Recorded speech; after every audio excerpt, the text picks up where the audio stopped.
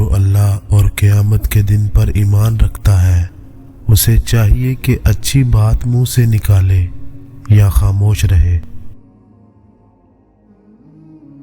جب خاموشی کو ہتھیار کے طور پر استعمال کیا جائے تو یہ الفاظ سے بھی زیادہ زخم دے سکتی ہے۔ احمق اپنی بات سے اور عقل مند اپنی خاموشی سے پہچانا جاتا ہے۔ خاموشی سے کی گئی دعا اور محبت دونوں ہی بہت طاقت رکھتی ہیں۔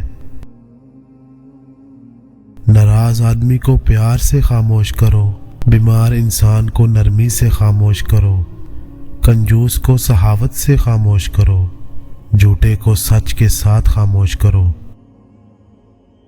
تمہارا بدترین دشمن تمہارے اندر چھپا ہوا ہے اور وہ دشمن تمہارا نفس یا جھوٹی انا ہے۔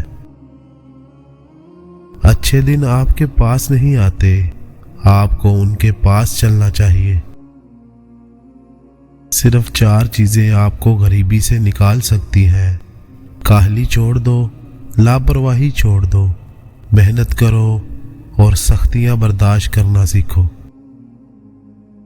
اپنے درد میں گم نہ ہو، جان لو کہ ایک دن آپ کا درد آپ کا علاج بنے گا۔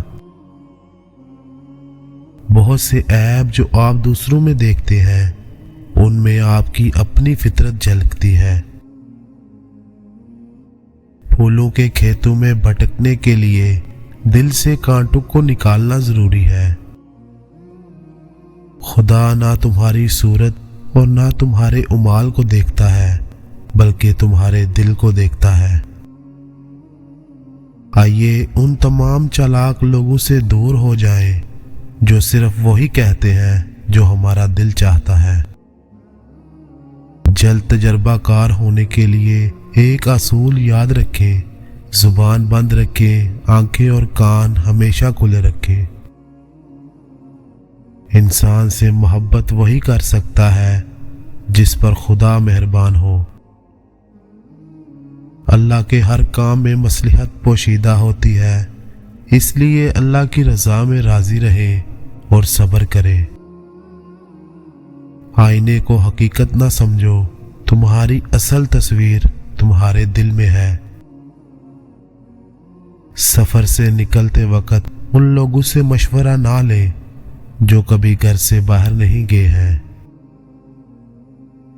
جس شخص نے اپنے راز کو اپنے تک محدود رکھا وہ جلد کامیابی کی منزل تک پہنچے گا۔ کتا چاہے کتنا ہی تربیت یافتہ ہو جائے مگر اس کی گردن سے زنجیر الگ نہ کرو۔ غم نہ کرو، کھوئی ہوئی چیز کسی دوسری صورت میں واپس مل جاتی ہے۔ دوستو آج کی ویڈیو اچھی لگی ہو تو پلیز چینل کو لازمی سبسکرائب کریں، ویڈیو کو لائک کریں، اپنے دوستوں کے ساتھ شیئر کریں۔ شکریہ۔